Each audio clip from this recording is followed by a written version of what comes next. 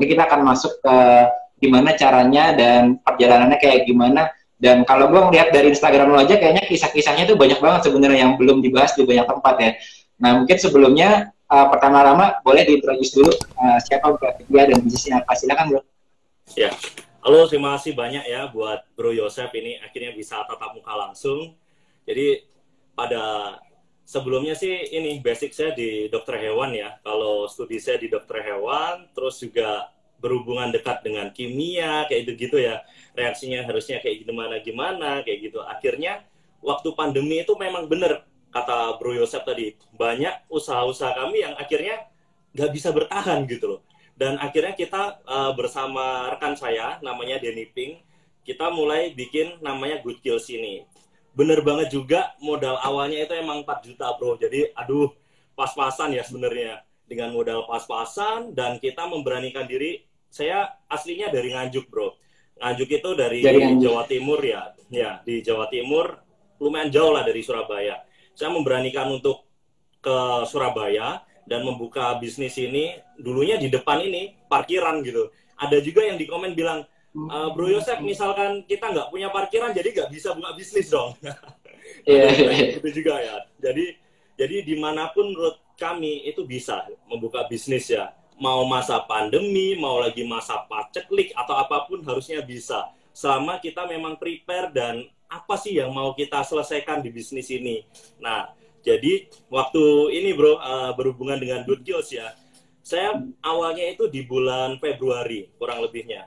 Mulai lihat, waduh, kok kayaknya di Cina kayak gini banget ya, sampai parah banget ya. Nah, itu memang ada, sebelumnya pendidikan saya kan di kedokteran hewan juga. Jadi ada hubungannya di bidang, apa namanya, dokter ya.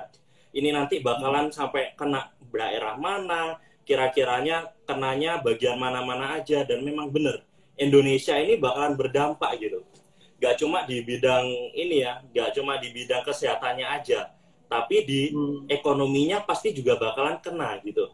Akhirnya ini riset gitu, kira-kira apa ya yang benar-benar ini bisa menghasilkan dan kira-kira bisa boom gitu. Nah, dulunya nggak kepikiran juga Bro Yosef, kok bisa sampai kayak gini itu. Yang penting kita jalanin dulu gitu. Sampai pada akhirnya ya sekarang ada terakhir di 59 kota.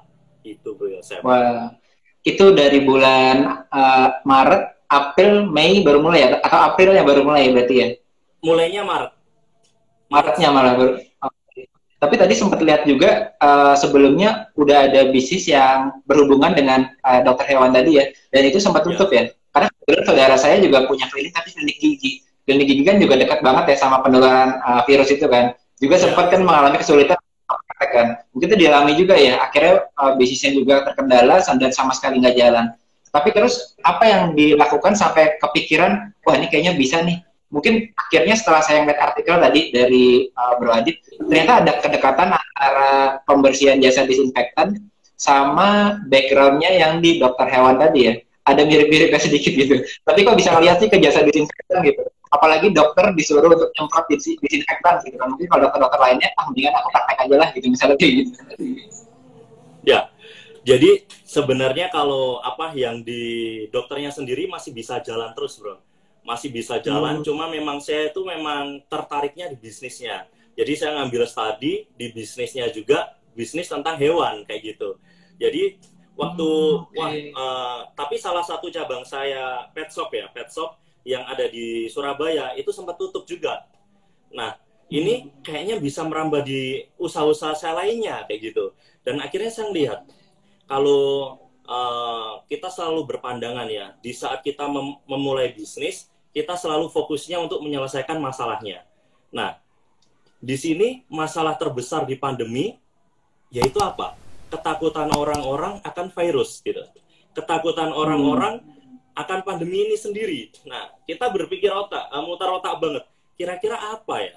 Yang need-nya ini titiknya ada di mana gitu. Dan memang ada banyak ya, dulu ada yang jualan masker, ada juga yang mungkin ini apa namanya dain bilik ini apa namanya disinfektan dan lain-lain. Bener banget. Dulu saya ingat chamber tuh pertama kali si dompet duafa juga yang non covid buat disinfektan chamber. Ya, bener banget. Nah, kita ngelihat kira-kira yang bisa berkelanjutan dan yang bisa dijalankan apa ya? Muncullah Good Kills. Jasa sterilisasi, awalnya cuma ada di Surabaya sama Nganjuk dulu.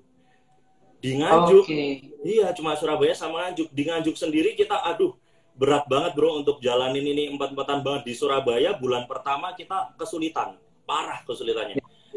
Orang ngetawain, apaan sih bro? Kamu ini dokter gitu loh, kamu dokter hewan, partner. Iya, partner saya Denny Pink ini juga, dia punya toko baju gitu loh bro. Kamu udah pemain fashion gitu loh. Kenapa sih harus ninggalin toko fashionmu, habis itu semprot-semprot gitu? Kita selalu, setiap buka usaha selalu fokus pada visi kita. Penglihatan kita ada di titik ini, nggak apa-apa. Diketawain sini-sini, nggak apa-apa. Akhirnya apa? Cara yang kita jalankan Bro Joseph. Kita mulai adanya Good Kills peduli. Jadi, kita sebelum menerima lebih, kita memberi lebih gitu. Saya sendiri masuk ke, saya nggak peduli agama apapun, saya masuk di gereja, saya masuk di masjid, di vihara, di kota-kota terdekat itu kita ngasih layanan gratis gitu. Ya tujuan emang kalau boleh tahu, ini agak penasaran sedikit sih, agak penasaran yang tadi kan buka bisnis modalnya 4 juta, terus modalnya pokoknya kita mulai dulu nih di garasi rumah. Terus tadi sempat nawarin ke orang-orang sekitar, ternyata malah dibilangin tanda petik jualan asap ya. Jadi kok apa sih jualan asap gitu? Itu menarik banget, kenapa? Gue yakin banyak banget teman-teman yang saat ini mulai bisnis yang kelihatannya kok responnya di awal pertama kali buka itu nggak bagus, terus ya udah deh ganti aja deh gitu ya. Tapi ternyata ini kasusnya beda nih sama Good Kills. Responnya nggak bagus, tapi caranya yang diubah, bukan tujuannya yang langsung berubah, langsung diubah haluan semuanya gitu. Nah waktu itu apa yang dialami sehingga ini saya yakin masih bagus nih bisnisnya, prospeknya. Terus kita harus cari cara lain. Itu waktu itu pikirannya kayak gimana? Iya, jadi saya dengan partner saya Denny Pink ini selalu berpikir kalau kita belum di finish, kita nggak bakal berhenti gitu. Dan di saat beneran kita maju, kita semprot, diketawain. Oh, semakin lebar ketawanya, jadi semakin besar ada problem di sini. Dan bisnis kan kuncinya di sana ya, menyelesaikan masalah apapun itu dari masalah terbesarnya kan. Nah akhirnya kita ngerubah gitu. Mindset kita rubah, oke kok sekalian ya, kalau kita habis-habisan, kita berbagi aja habis sekalian. Kalau 4 juta kita ini nggak jadi apa-apa, seenggak-enggaknya kita bisa berdampak bagi orang-orang yang membutuhkan. Itu kunci utamanya sih, yang kita cari dulu Bro Joseph. Dan menariknya, gue sempat lihat juga di akunnya Good Kills itu di awal-awal itu lu semprot sendiri ya sama Bro Denny ya. Akhirnya datang ke lokasinya, lu semprot sendiri gitu.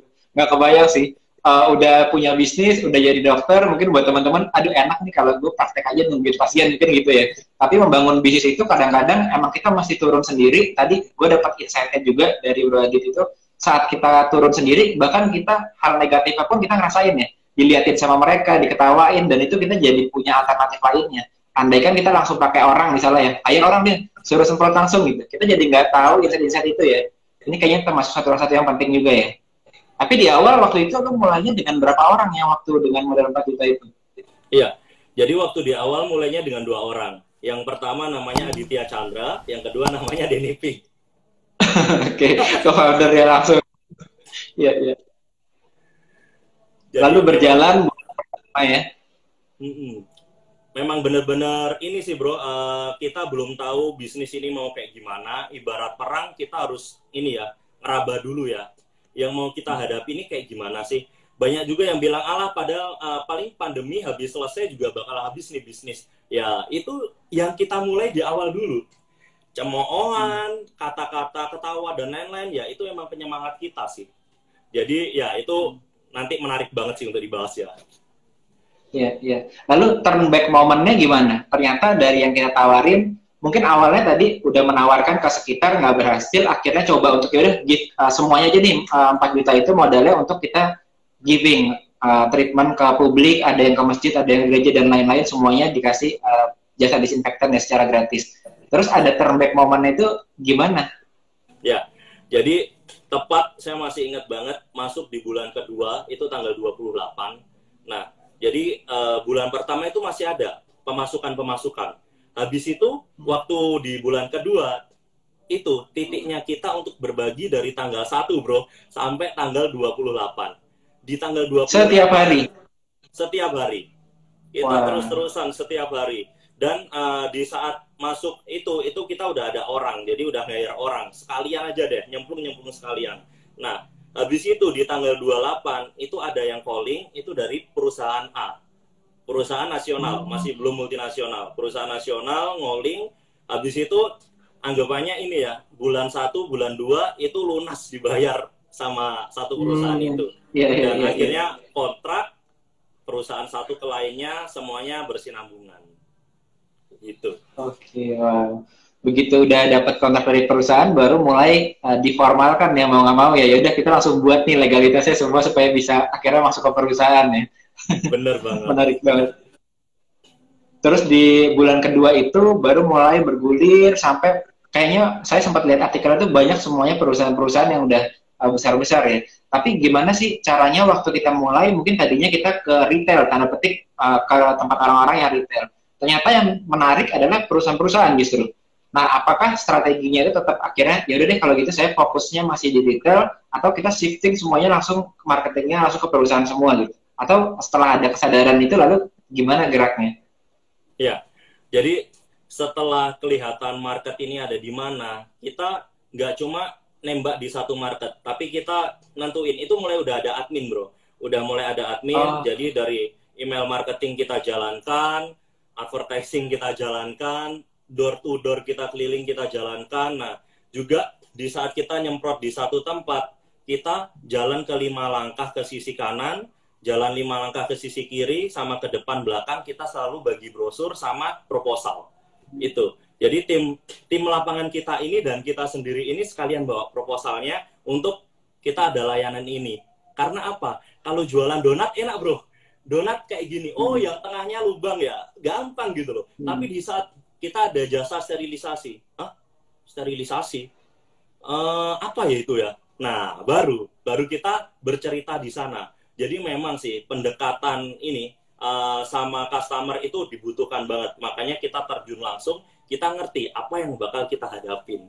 Itu bro. Setelah itu baru kita petakan, ada yang menujunya di perusahaan-perusahaan, ada yang menujunya di rumah-rumah. Ya semuanya tetap kita jaring sih. Itu. Tapi kalau boleh tahu dari sisi kebutuhannya sendiri beda nggak sih kalau yang di perusahaan sama yang di rumah? Mungkin kalau dari sisi ketiga kayak saya kan ngeliatnya, oh pokoknya jasa disinfektan ya udah disemprot gitu. Tapi beda nggak sih sebetulnya kebutuhannya? Iya. Jadi beda banget sih. Cara treatmentnya juga beda. Apa yang needs-nya mereka itu apa juga beda gitu. Kalau ke rumah-rumah ya, kita lebih melakukan ini untuk maintenance gitu. Mereka kalau sekarang ya, terlebih sekarang, mereka udah punya alat-alat kecil semprot-semprot kayak gitu. Mereka buat daily kan.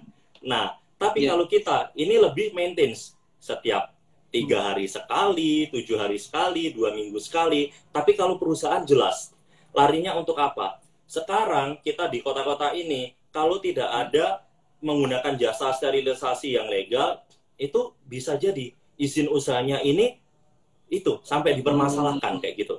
Terlebih kayak kita ada melakukan sterilisasi di pabrik ini masker kayak gitu. Nah itu harus semuanya benar-benar steril. Nah itu kan nggak bisa dilakukan dengan sendiri gitu. Makanya kita sendiri masuknya juga beda. Apa-apa yang kita gunakan itu semuanya juga beda. Nah kayak gitu. Sesuai sama kebutuhannya customer gitu. Ya, ini menarik banget. Kenapa? Karena banyak dari kita kan berpikiran, katakanlah aku mau buat bisnis dari nol. Lalu aku bikin Instagram, lalu membuat kayak brand di online, digital marketingin bisnisku. Tapi ternyata banyak banget yang tidak tereksplor bagi kita seorang pebisnis yang baru mulai. Ternyata kita bisa langsung approach secara personal ya, bahkan ke perusahaan. Dan ini jarang yang membahas gitu ya. Ini kan approach-nya kurang lebih Good Skills ini tadi nyoba ke nawarin sekitar, ternyata shifting ke perusahaan, akhirnya masuk coba untuk apply ke perusahaan, dan akhirnya cocok karena memang banyak yang butuh tadi ya mengenai usaha. Dari situ baru masuk ke marketnya retailnya, baru dibagusin Instagramnya dan lain-lain gitu ya. Ini strategi ini teman-teman banyak banget yang kadang-kadang kita berasumsi bahwa oke, kalau aku baru memulai bisnis langsung pakai digital marketing, langsung buat Instagram dan lain-lain. Tapi belum tentu ya. Kita lihat dulu di mana sebetulnya customer kita. Ternyata kalau customernya banyak corporate, berarti approach-nya harus berbeda ya. Benar, setuju Bro Yosef. Jadi kadang itu banyak yang cuma kemasannya aja yang dibagusin ya. Sorry to say, kadang sampai aku loh punya aplikasi ya startup gini sampai benar-benar udah bisa jalan katakanlah. Yeah. Tapi yang dilihat ini bukan bisnis runningnya gitu, ya kan? Yang dilihat ini orang cuma sekedar lihat kemasannya aja. Nah, kalau kita setiap bangun usaha ini demand-nya di mana nih? Dan untuk benar-benar orang bisa menggunakan kita gimana? Nah, itu yang kita tuju. Setelah itu, kemasannya baru kita sambil develop gitu. Bukan berarti di awal udah kita nggak pakai sama sekali ya. Kita tetap develop, terus bisa seimbang. Makanya kenapa? Biasanya warung-warung rawon atau pecel atau apa, tempatnya ini kan sampai masuk-masuk kan. Tapi masakannya enak. Pasti bakal dicari dan bisa sustainable. Nah, gitu. Itu yang kita lihat sih di usaha kita. Bahkan sampai udah bermitra pun tetap melakukan ya CSR-nya ya. Kayak kemarin saya lihat yang Good Kills yang Malang itu sempat ke Disporapar ya. Itu kerjasama untuk nyemprot berbagai site sampai ke pariwisata segala ya. Itu juga secara kolaborasi ya. Dan itu tetap dilakukan sampai sekarang bahkan. Jadi bukan marketing di awal aja, tapi memang ini secara konsisten dilakukan juga ya, walaupun udah cabangnya cukup banyak. Dan menariknya memang dari saat itu sampai sekarang 8 bulan sampai 56 kota di seluruh Indonesia. Ini menarik banget sebetulnya sih. Dan memang berawal dari 4 juta dan tanpa investor ya. Jadi mungkin kalau sekarang kan teman-teman beda ya. Misalnya aku growing coffee shop 3 bulan 60 cabang misalnya. Tapi ternyata di awal suntik investor dan langsung bisa buka gerai yang langsung semuanya dibuka bersama-sama gitu. Nah itu kan case-nya beda lagi berarti ya. Kalau ini kan kayaknya kasusnya betul-betul bootstrapping dari awal. Ya kita menjadi orang yang coba dulu marketnya kita baca, kita lihat yang menerima yang mana di yang corporate, ya lalu kita fokus di situ gitu ya. Berkembangnya organik ibaratnya. Mungkin nanti at the end mengambil investasi ya nggak apa-apa ya, apalagi kalau sudah growing dan lain-lain. Nah kalau boleh tahu di sini tantangannya apa sih? Bisa 8 bulan 56 kota di seluruh Indonesia. Dari awal mungkin tantangannya sales dulu. Kan kita kalau di awal istilahnya yang penting cering-cering dulu, pokoknya menghasilkan dulu deh, bisa nafas, bisa ada dari bulan ke bulannya stabil. Tapi begitu growing 8 bulan 56 mitra, itu ngelolanya gimana? Ya. Apalagi kayaknya dari dokter sendiri ini kan pertama kalinya memiliki mitra sebanyak itu juga ya. Benar banget. Jadi koreksi Bro Joseph, sekarang 58 menuju 59. Jadi wow, mantap. Iya. Jadi memang untuk tersulitnya adalah di saat kita itu harus handle mitra ini bisa kita standarisasi. Gimana caranya kita ini yang ada di pusat kita di Surabaya ya, yang ada di Surabaya ini bisa sama kayak di tempat-tempat lain. Itu yang paling sulit. Gimana cara di saat kita pertama karyawan ini tim kita lapangan ini bisa masuk di rumah orang, itu bisa sehangat kayak yang di Surabaya, itu kayak gimana? Soalnya kita bergerak di bidang jasa. Jadi di bidang jasa ini benar-benar investasinya investasi manusia kayak gitu. Di saat orang ini sama-sama menggunakan jasa semprot gini, tapi yang terberat adalah standarisasi di kota ini dengan di kota lainnya. Nah, itu yang detail banget. Kita sering jadi ada grup masing-masing kota. Di situ juga ada anak desainnya, ada adminnya, ada supervisinya, teknisinya di masing-masing kota itu. Jadi di saat ada kendala-kendala, kita berusaha sih untuk semaksimal mungkin. Nah, walaupun kadang juga ada aja yang kejadian-kejadian, wah ini kok gini-gini namanya di lapangan ya. Itu kalau masalah kendala itu yang utama. Tapi kalau ini ya, sempat juga sih yang menggiurkan di sini, ada salah satu pebisnis besar di Surabaya atau di Indonesia itu mau beli Good Kills ini. Nah, wow. Itu masih cabangnya masih under 10 itu. Masih under 10, habis itu Good Kills coba kalau misalkan kita ada penawaran segini gimana? Wih, menggiurkan banget ya. Modal 4 juta bisa angka segini gitu.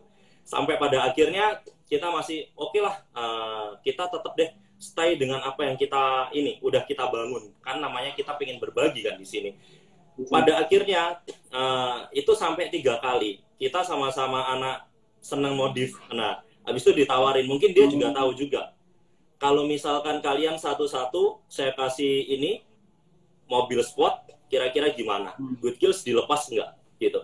Nah, di saat itu Good Kills berdiri, ada lagi Good Barber, kita diriin di bulan ketiga. Habis itu ada lagi Good Shoes Care. Shoes Care dulu, sorry, baru Barber. Nah, habis itu semua goodmu tak beli, kayak gitu. Dengan itu, plus ada biaya segini. Wah, itu mikir banget, Bro Yosep. Wah, di satu sisi ini yang tak harapin banget, aku seneng banget, itu dibawa dalam doa habis itu. Oke deh, kita pastikan, so sorry kok, kita masih pengen stay on the line di sini. Misalkan besok kita bisa bekerja sama, mungkin bisa di hal yang lain. Itu menggiurkan banget sih. Iya, iya. Memang, tapi menarik, tadi mau coba untuk explore yang dari satu cabang, biasanya kan 5-10 cabang pertama nih paling berantakan semuanya, dari SOP-nya, terus berkembangnya juga cepat banget. Itu gimana caranya, terutama saya yakin mungkin mengalami juga, kayak kita buka kemitraan, tapi ternyata mitranya ini pokoknya maunya dapat ini aja, profit aja, tapi kerjanya mungkin nggak terlalu mau untuk bekerja dengan baik juga, dengan asumsi bahwa pokoknya kan aku udah ikutan sama Good Kills nih, otomatis langsung dapat order dong gitu ya. Begitu nggak dapat order, tapi ternyata nggak mau untuk nyari. Nah, di awal-awal kan masalah-masalah gini tuh timbul. Itu gimana cara menanggulanginya? Ya, jadi pertama, sebelum kita jalan di kemitraan itu, kita benar-benar memikirkan, misalkan kita sebagai mitra, apa yang kita butuhkan. Itu pertama. Setelah kita ngelis semuanya, kita menanyakan ke tim lapangan, kira-kira misalkan kamu sebagai ini, tim lapangannya cabang, kamu membutuhkan apa aja? Knowledge apa? Habis itu, lagi, kita menanyakan ke admin kita, kira-kira kamu mau closing orang, kira-kira strategi apa yang kamu butuhkan? Nah, setelah kita ada rembukan, sampai jadilah SOP dari kita, sambil pembuatan. Jadi, semua cabang kita nggak pernah ini ya, ngasih apa namanya training secara langsung ya, mungkin cuma beberapa cabang yang di dekat sini aja, yang lainnya kita semuanya via online kayak gitu. Nah, setelah kita mengerti sebagai mereka membutuhkannya apa aja, nah itu baru bro, kita baru pede gitu. Oke, ini legalitas sudah kita komplitin ya, walaupun ada yang proses, ada yang ini udah kita lengkapin semuanya. Apa yang mereka butuhkan kita coba ngasih baru. Sebenarnya dulunya kita nggak pengen sih bro buka cabang juga, tapi dulunya kita di luar kota itu ambil sendiri gitu.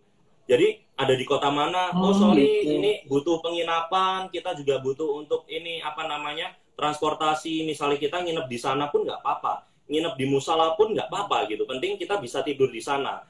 Nah dari sana akhirnya badan capek juga, walaupun udah nambah orang tapi capek juga. Akhirnya oke deh kok, kalau memang dari awal kita ingin berbagi, kenapa kita nggak berbagi untuk menciptakan pebisnis baru di kota-kota lain dan membuka lapangan pekerjaan baru di kota lain. Nah, dulunya awalnya cuma kita rapiin untuk internal kita sendiri. Karena pandangan kita ke depan, Good Kill ini nggak cuma berhenti di jasa sterilisasi. Jadi, kalau sampai ada standar ISO, ada mungkin apapun yang dibutuhin, kita udah ada checklistnya gitu. Tapi berhubung ada yang, ayo dong, masa sih nggak mau bantu, gini, kasihan juga kan. Ya udah, kita open cuma ke partner teman-teman kerabat aja. Sekarang kebablasan. Gitu. Sampai 58 nih, sampai 2. Oke, menarik banget. Terus kalau misalnya di awal, saya lihat sebetulnya kan kelihatannya mungkin orang-orang lihatnya itu cepat prosesnya ya. Mungkin banyak hal di dalam 8 bulan itu yang jadi kayak, ini kayaknya lowest moment aku banget nih gitu.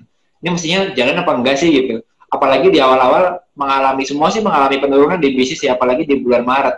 Tapi kan semua orang juga mencoba untuk bangkit, tapi nggak semua orang akhirnya bisa sampai titik baliknya tadi itu.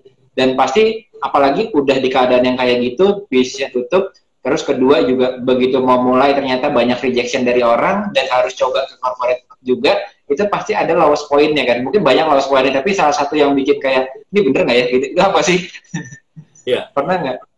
Jadi memang gimana ya, kita orangnya berprinsip Bro Yosep. Jadi gini, di saat memang udah terjun, ya mau di titik terendah pun coba kita perjuangin dulu gitu.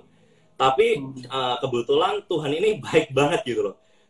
Ya mungkin juga gara-gara kita berbagi ya, jadi mungkin kalau Bro Yosep pertanyaannya titik terendahnya kapan gitu ya.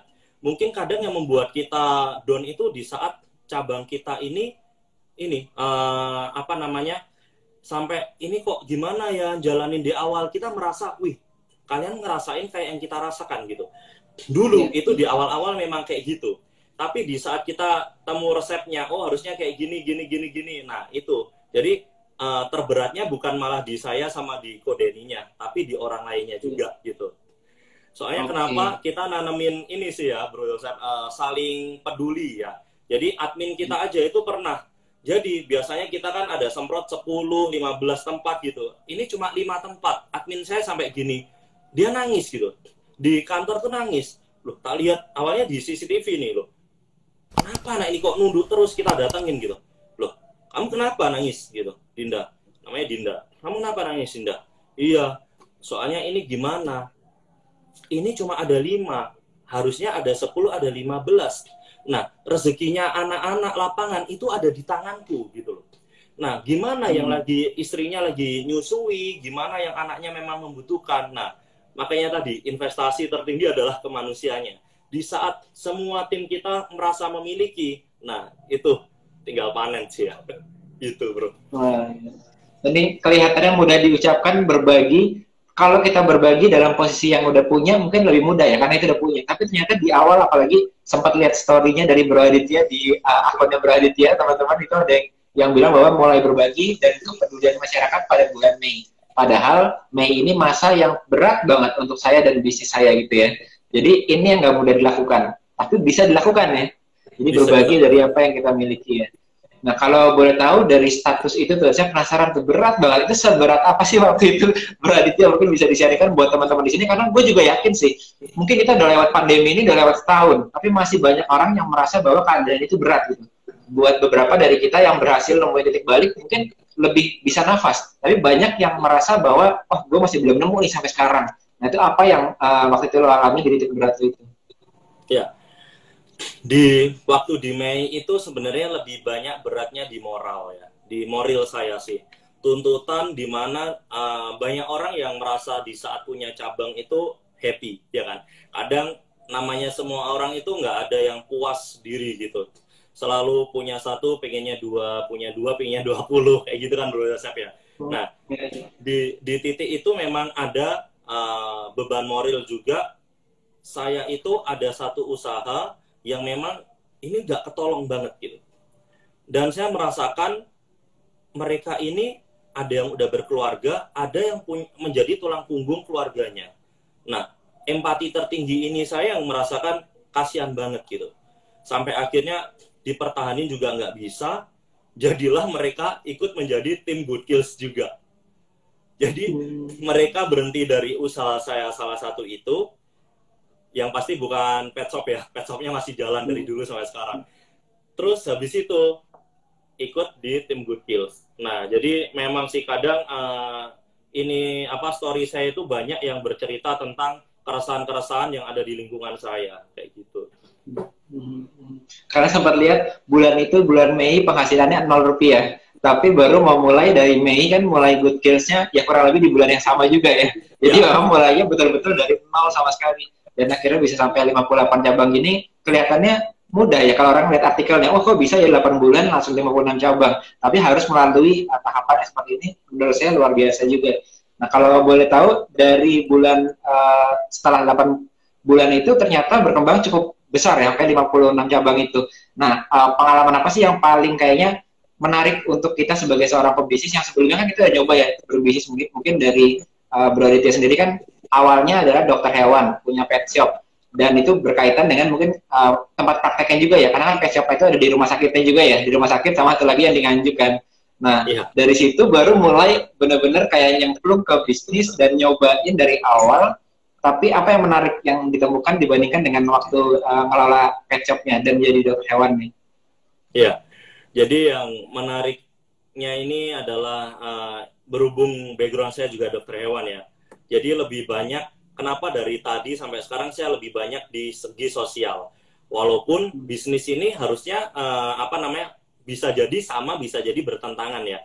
Tapi yang saya lihat di sini adalah di saat kita bisa membantu orang, di saat kita bisa menyelesaikan masalah. Nah, itu poinnya ada di sana gitu. Jadi di saat saya menjadi dokter hewan, saya juga itu banyak perubahan-perubahan yang dulunya sebelum pandemi susunan pet shopnya kayak gini gitu. Terus usaha saya yang lain juga kayak gitu dan akhirnya banyak perombakan. Nah, begitupun di Good Kills juga. Di saat di Good Kills, akhirnya yang dari dulu yang tentang sosial ini saya terapkan di Good Kills. Gimana ya dampak berbagi lebih tanpa kita mengharapkan lebih. Penting kita berbagi dulu.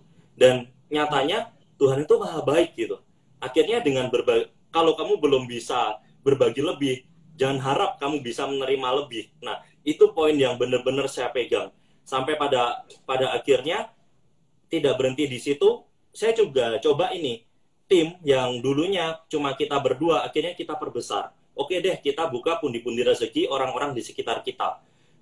Admin kita tambah, anak desain kita tambah, dan akhirnya itu ternyata malah merambah gitu. Awalnya cuma jasa kebersihan ini ya, sterilisasi lingkungan, merambah di cuci sepatu, merambah di potong rambut kebersihan lagi, merambah lagi di Good Auto Lab, ini cuci mobil. Nah, jadi akhirnya ngerti nih masalahnya apa, kita ada solusi apa, kita kemas kayak gimana. Nah, itu kuncinya ada di sana, bro.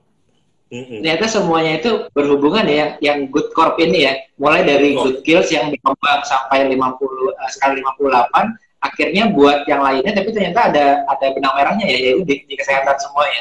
Karena menarik banget, kebetulan karena saudara saya juga seorang dokter gigi tadi, kita sebagai dokter kadang-kadang bisa pikiran mindsetnya ini malah clash sama bisnis, tapi bisa juga kita menyatukan kayak tadi gitu. Jadi ya, makanya saya menarik banget mau tahu pola pemikirannya seperti apa. Mungkin ada juga yang melihat yang sebelumnya dokter, yang kita kan kalau di bidang kedokteran itu satu nggak boleh promosi diri kita, satu kan. Jadi itu harusnya dan harus berbagi, wajib berbagi. Tapi ternyata ada mindset yang tadi ya, kita malah bisa lebih berbagi lagi dengan kita memiliki sebuah bisnis tadi yang bisa menghidupi banyak orang.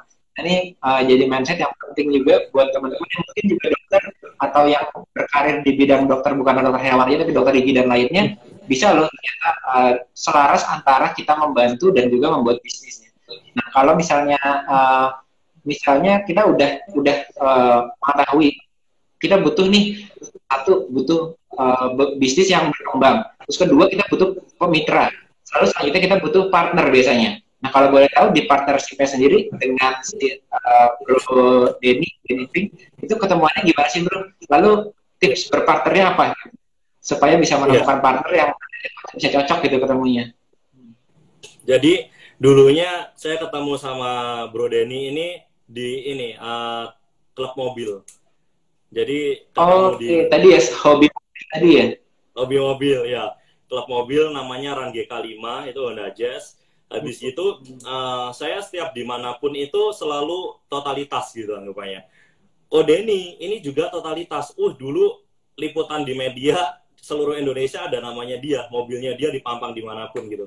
Akhirnya mungkin juga jadi saya lihat di sini anak ini kalau misalkan ngejar sesuatu pasti dia bakal mati-matian.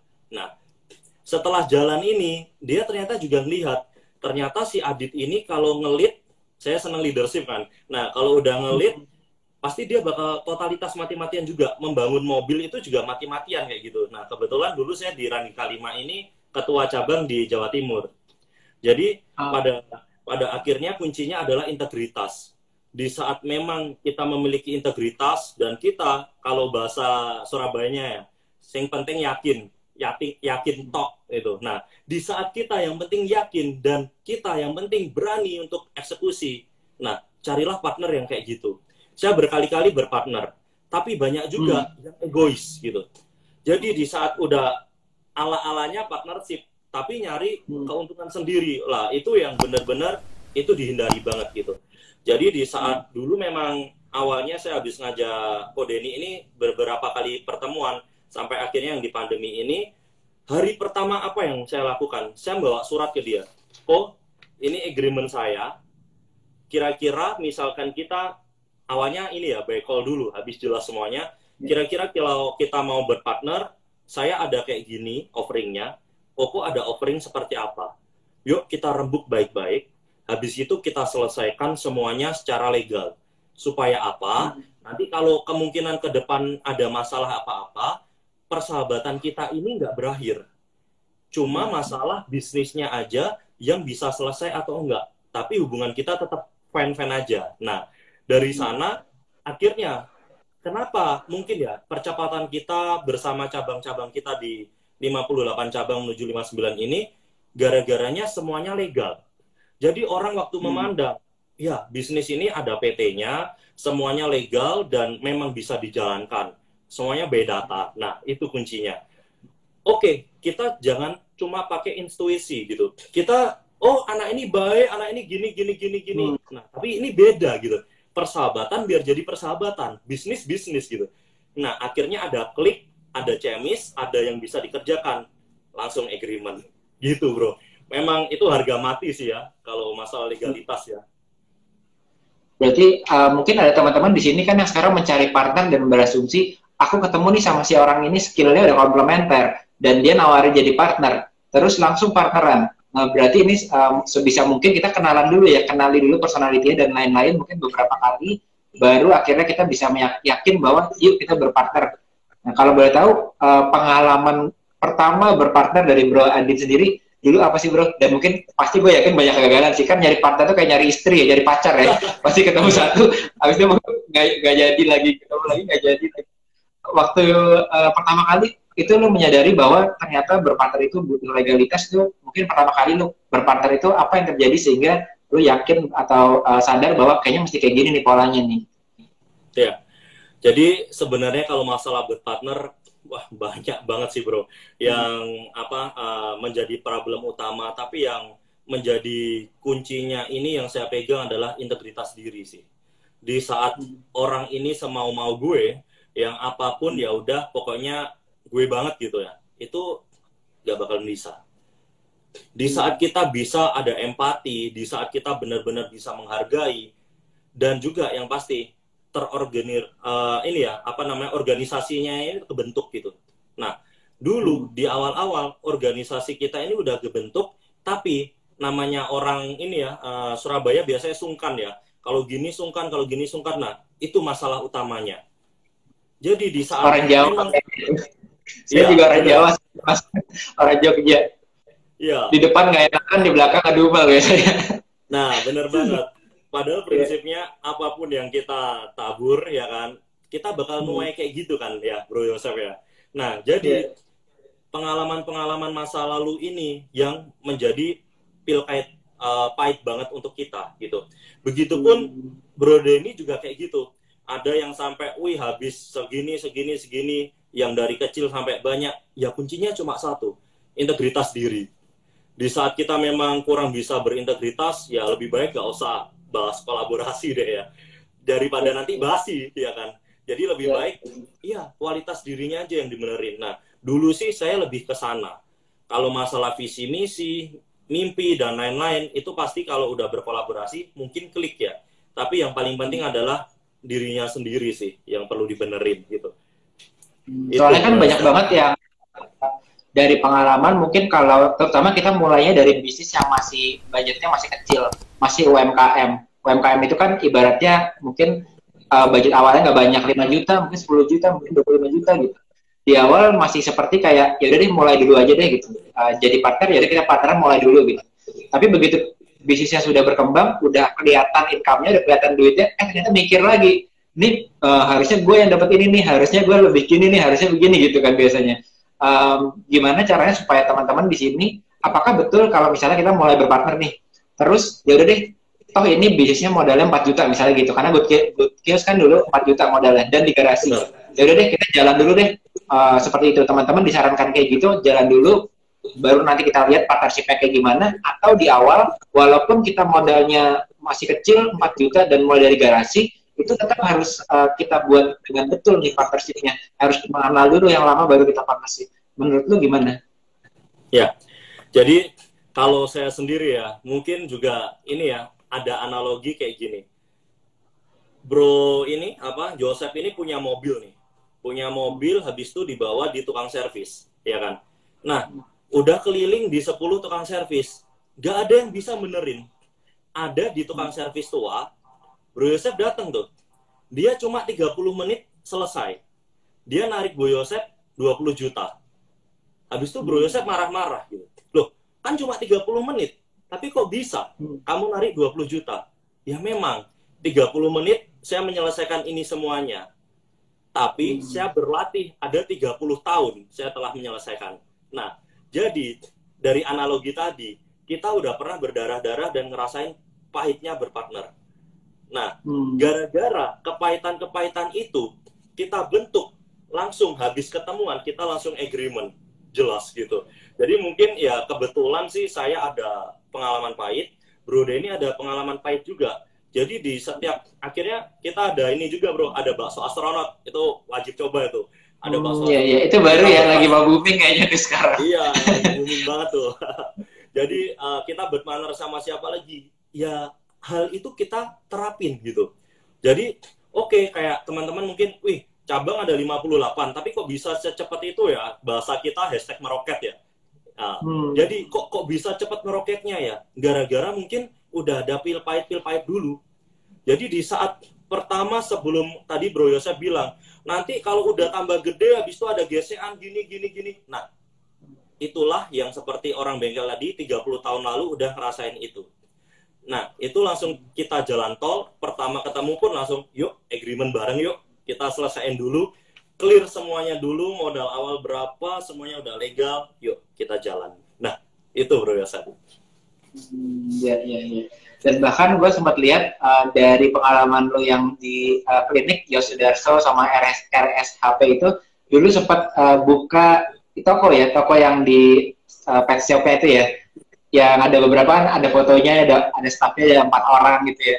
Dan dari situ tuh banyak banget pengalaman yang akhirnya membentuk lo jadi kayak sekarang ini, yang begitu ketemu orang tadi, oh ternyata emang mesti bener nih waktu berpartner nih gitu ya. Karena menarik banget, dimulai dari satu toko ruang kecil, dulunya gudang, terus ngambil orang dan lain-lain, dan buka 2 cabang gitu. Itu pengalaman pertama, dan gue yakin mungkin banyak orang yang saat ini terutama baru memulai bisnis itu langsung bikin brand yang besar, langsung dia ngambil toko dibuat dengan budgetnya mungkin keluarganya atau orang tuanya dan lain-lain. Tapi gue ngeliat dari Bro Adi sendiri mulai betul-betul bahkan dari bazar, dari event-event jualan yang ada petnya kan, buka bazar dan lain-lain, dan itu dilakukan activation itu. Jadi memang tanda petik kita sebagai pebisnis memang punya PR juga untuk mengembangkan diri kita ya.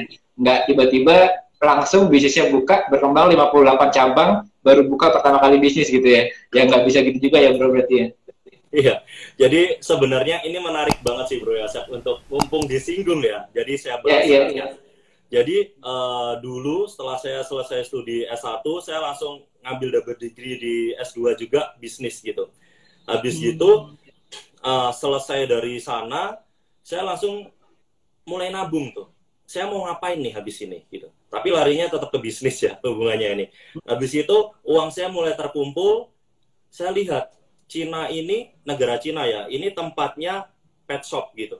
Yang produk manapun itu kebanyakan kopiannya maupun asli ngambilnya di Cina. Made in Cina semuanya. Akhirnya saya mulai nabung.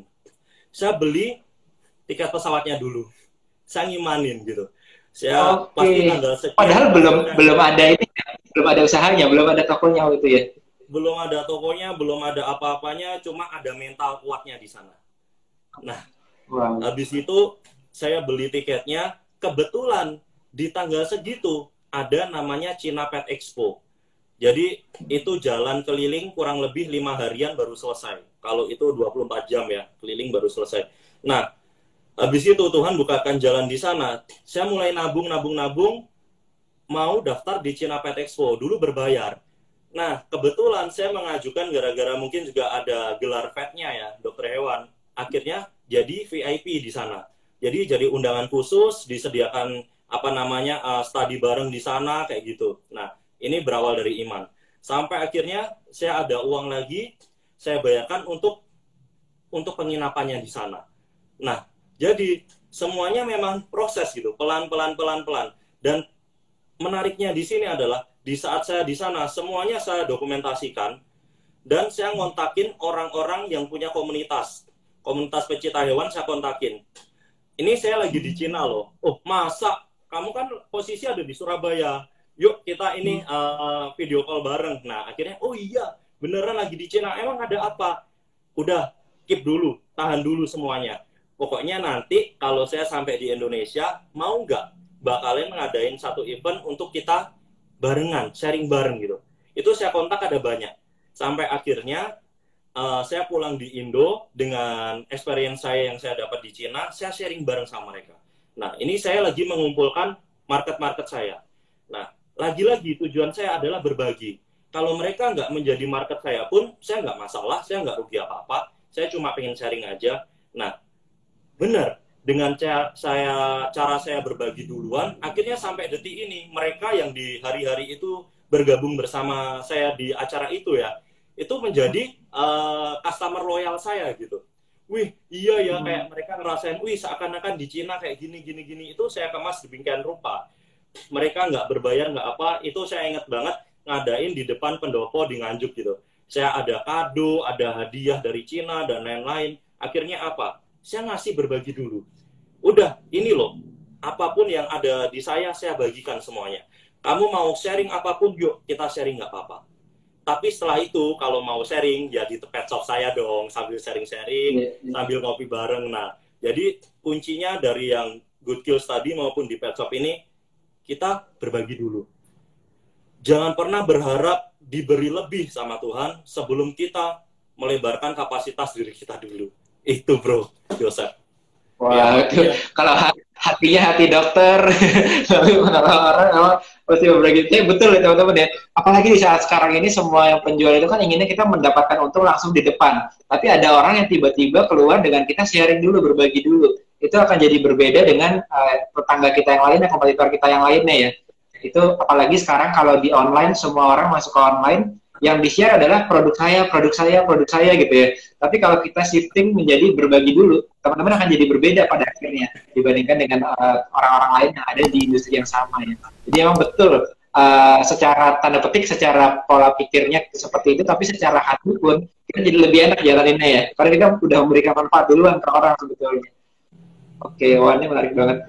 Nggak kerasa, thank you banget udah sharing selama hampir 1 jam ini. Dan mungkin tadi di awal sempat teman-teman juga sempat bertanya-tanya, kok bisa ya berkembangnya cukup cepat sekali dan lain-lain. Tapi kalau boleh tahu, kalau misalnya teman-teman ada yang, karena kan kalau boleh tahu juga ini mitranya masih dibuka ya untuk Good Skills dan di berbagai area yang lainnya.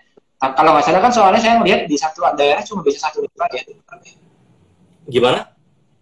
Satu daerah hanya bisa 1 mitra aja ya yang Good Skills ya. Bener. Jadi kalau untuk Good Kills, kalau di kota-kota itu 1 daerah 1 metra, bro. Tapi kalau di kota besar kayak Jakarta kayak gitu sesuai bagiannya. Soalnya pasti mereka nggak bakalan ini ya selesai untuk 1 kota ya. Jadi ada Jakarta Timur, Jakarta Utara kayak gitu. Dan juga kita setiap buka peluang usaha itu selalu modal minim gitu. Kita juga ada ini untuk ke depan bagi yang fashion untuk ini cuci sepatu. Nah, senang tentang dunia fashion dan cuci sepatu juga, kita ada modal minim. Nah, pokoknya pantengin aja deh di Aditya Chandra ini, di akun ini. Bisa follow nanti gitu di share, kita akan tag juga ke Bro Aditya Chandra. Mungkin terakhir banget, mungkin ini akan berguna buat teman-teman yang baru mulai bisnis, karena gue sempat lihat juga lu share gimana sih caranya tips untuk percaya ke produk atau ke bisnis kita. Dimana waktu lu mulai, ini kan relevan banget, lu merasa bahwa orang-orang sekitar kita nggak percaya nih sama apa yang kita tawarkan. Nah, satu-satunya yang harus percaya kan pasti kita ya. Tapi gimana caranya memiliki mindset itu saat semua orang di sekitar kita itu nggak percaya?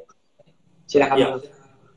Jadi kadang orang itu memandang instan ya. Untuk produk maupun jasa itu selalu pemandangannya instan gitu. Padahal di setiap saya mau mengeluarkan produk atau jasa, itu selalu ada pergumulan panjang di sana. Jadi setiap saya ada produk, entah itu bermitra atau buka sendiri, saya gumulkan dulu. Saya pandang dulu.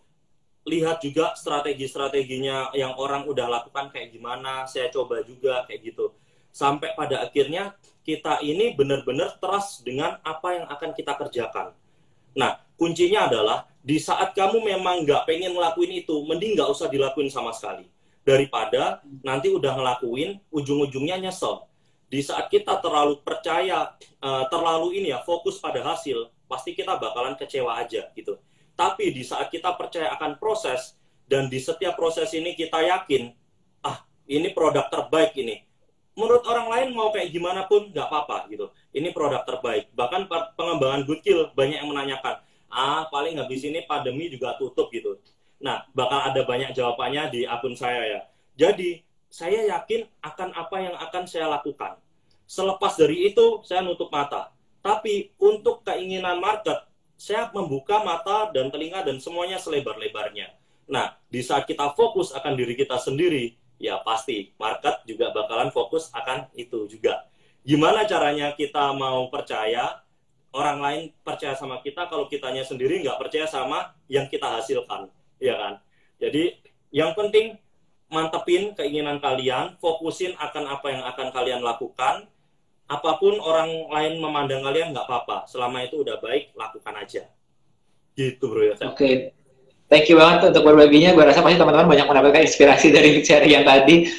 Satu hal yang gue juga lihat adalah pesannya dari Bro Aditya ini, new normal jangan dihindari, tapi dipelajari dan dikuasai yang paling penting ya. Karena kita saat ini nggak bisa menunggu hingga ini selesai, kita nggak tahu kapan, tapi teman-teman coba beradaptasi dengan keadaan yang sekarang, cari jalan dan cari cara. Thank you bro udah mampir di Sekolah Pebisnis dan berbagi di sini ke teman-teman. Semoga kita bisa ketemu lagi di lain kesempatan ya bro. Thank you. Amin bro. Thank you bro, Yosef, Sekolah Pebisnis.